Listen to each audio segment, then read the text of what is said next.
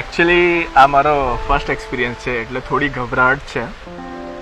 તો તમારા મનમાં કંઈ હોય તો તમે પૂછી શકો છો. ચલો હું શરૂઆત કરી દઉં. તમે DHMS કર્યું છે? હા. અને તમે MS કરેલું છે ને? હા.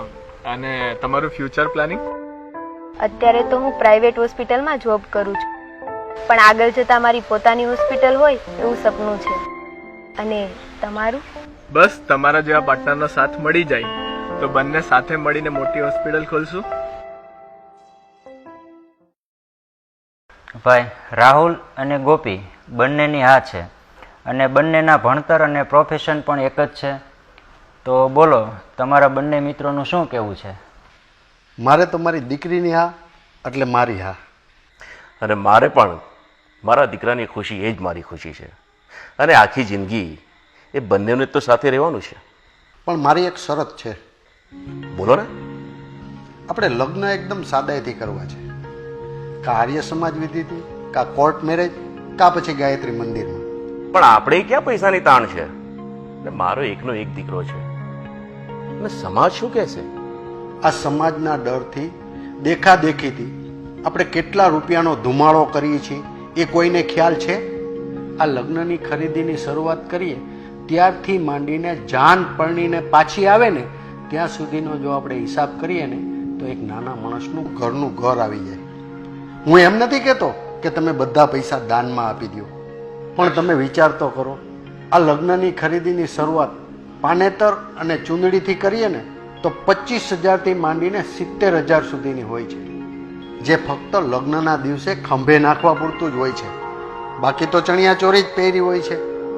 નહીં 70,000ના પાનેતર ઉપર કોઈની નજરે નથી પડતી અને નથી કોઈ બીજી વાર કોઈ પહેરતું.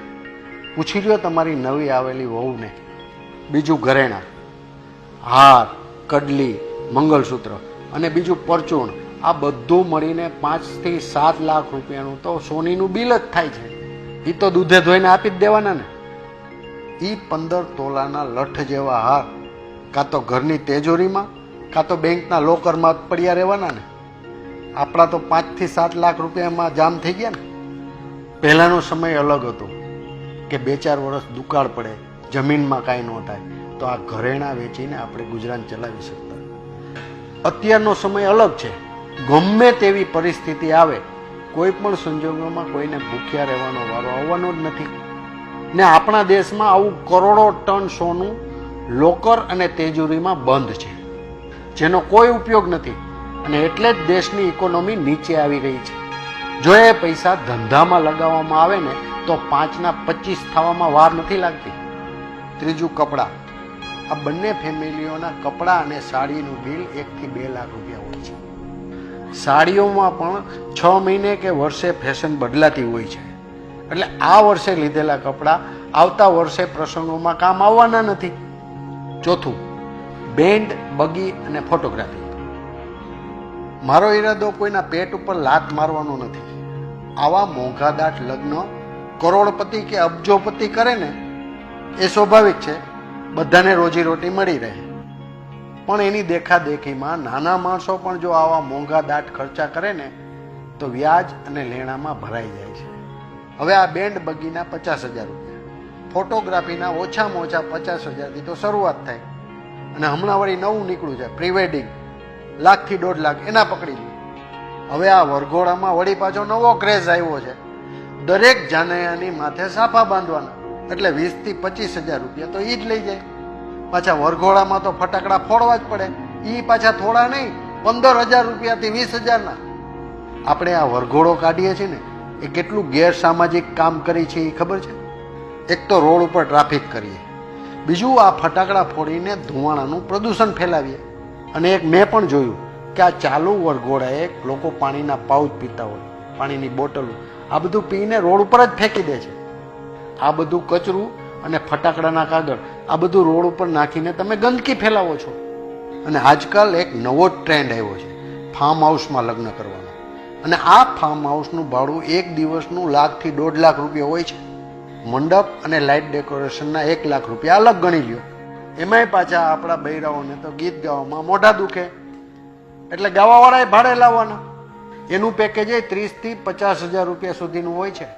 હવે આટલું ભવ્ય આયોજન કર્યું હોય એટલે જમણવારમાં કંઈ પાછી પાની હોય નહીં, એમાંય પાછા વેઇટર, જ્યુસ અને થાળીમાં હમાય નહીં ને એટલી તો વાનગીઓ હોય, એમાંય છૂટક ખર્ચા તો હું ગણાવતોય નથી.